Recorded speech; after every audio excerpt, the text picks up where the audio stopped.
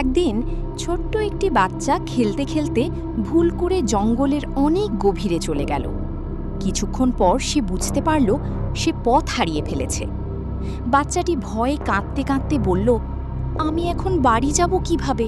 মা তো আমাকে খুঁজছে। ঠিক তখনই ঝোপের আড়াল থেকে একটি শিয়াল বেরিয়ে এলো।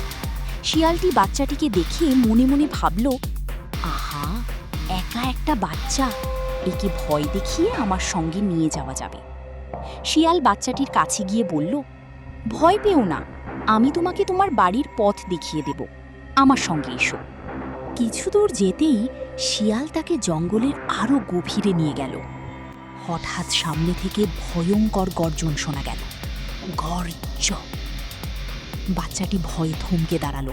সামনে বিশাল এক বাঘ। বাঘটি বাচ্চাটিকে দেখে এগিয়ে এলো, কিন্তু বাচ্চাটির ভয়ে কাঁপতে থাকা মুখ দেখে বাঘের মায়া হলো।